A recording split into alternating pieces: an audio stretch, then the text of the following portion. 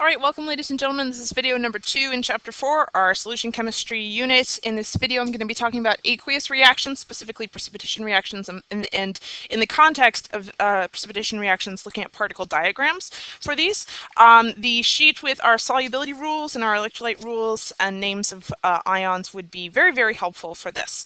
So there are 3 main types of aqueous reactions, and I'm not going to spend a lot of time talking about 2 of them. Precipitation reactions, acid-base reactions, and redox reactions.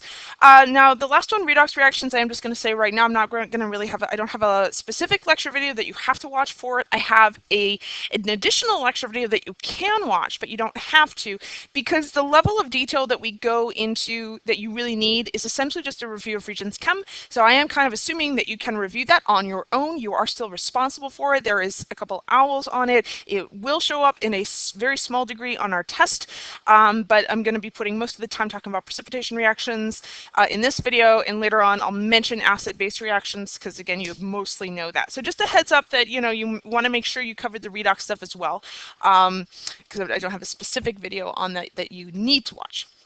So first up, precipitation reactions, which just FYI, I often abbreviate as PPT for precipitation. It's a double replacement reaction, so that's the first portion of it, in which you get a solid from 2 aqueous solutions. So we have our double replacement reaction right here, and a precipitation reaction would always follow the pattern of both of the reactants being aqueous, one of the products being solid, an insoluble thing, and the other product also being aqueous. So this would be one of our aqueous reactants, the other of our aqueous reactants. You mix the suckers, and then you get 2 products. So you get one product down here and the other product here. And this is our aqueous product, and this is our solid product that looks cloudy because it's a solid. So it's very fine solid particulates. And it's that process of mixing the ions together, because remember, when you have an ionic compound that's soluble, it's not really a compound anymore, it's really just separated ions. And the precipitate is what we call the solid that forms. So this would be the precipitate, AY. And in this reaction down here, this is the precipitate. So a precipitation reaction, you are making a solid from aqueous reactants, from aqueous ionic reactants. Looking at this with particle diagrams, which is really the remainder of the video. What do I mean by that? Well, take, for example, KCl plus AgNO3. Now, this particle diagram is immediately telling us that KCl is not KCl in solution. It's really K plus and Cl minus. Likewise, AgNO3 is not AgNO3 in solution. It's really Ag plus and NO3 minus. We have a couple things with precipitation reactions. Number 1, we need to be able to predict the products of them, and number 2, we need to be able to predict which product is the insoluble product. So that's what I'm going to be going through with this. How do you know what the products are, and how do you know which product is in fact the insoluble precipitate? So we're basically starting with our reactants, right? KCl and AgNO3. So in this first box, I'm going to say mix the reactants. So mixing the reactants, you're simply combining your KCl and your AgNO3. So if I'm drawing a particle diagram for what does that look like, it's just going to be a bunch of separated ions that are all floating together.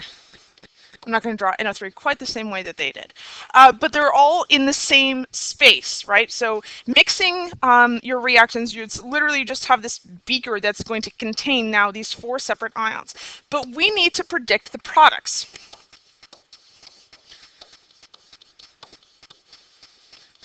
So think about the ions that we have. We have K plus, Cl minus, Ag plus, and NO3 minus. There are actually only 4 ways that these ions can combine into 2 products. you can have, and the way that you think about that is by charge, thinking about charge.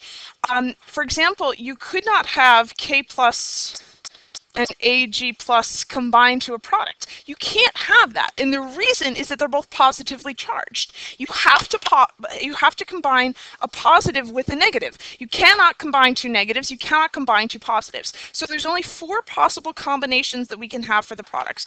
We could combine K plus and Cl minus, but we could also combine K plus and NO3 minus. We could also combine Ag plus and Cl minus, and we could also combine Ag plus and NO3 minus. So these are our 4 possible combinations. Now remember, these are about predicting products. So I can actually eliminate some of these options right now. I can eliminate the KCl, and I can eliminate the AgNO3, and the reason is that these are reactants.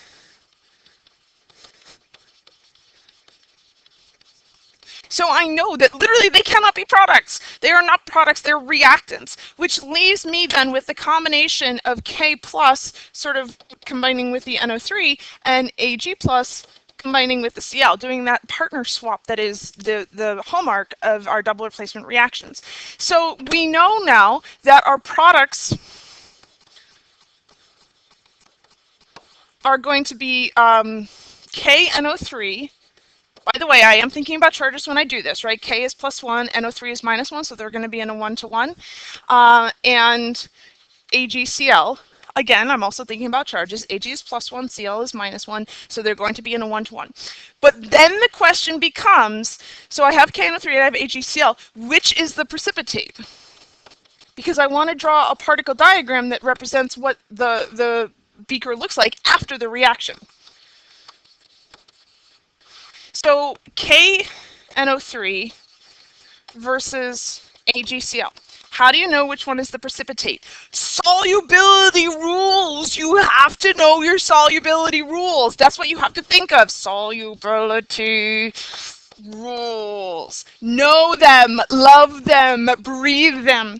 Because the way you're going to figure out precipitate is honestly the process of elimination. It's not that you're going to necessarily know for sure that one of them is insoluble. It's that you're going to know for sure that one of them is soluble. And whichever one is soluble must not be the precipitate, because the definition of precipitate is the solid product.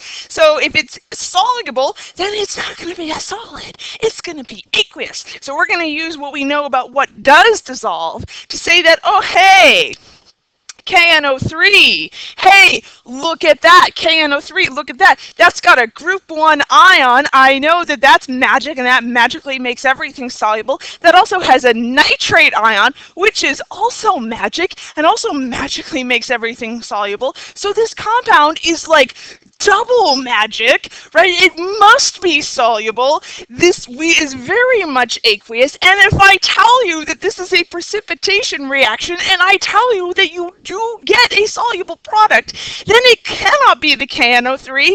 It must be the other thing.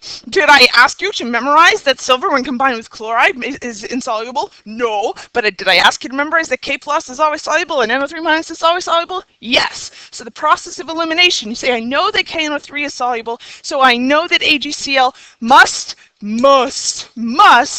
be the solid product. So if I'm drawing a particle diagram, then I would put my Ag plus bonded with my Cl minus on the bottom, right? It's a whole bunch of solid because it's the precipitate.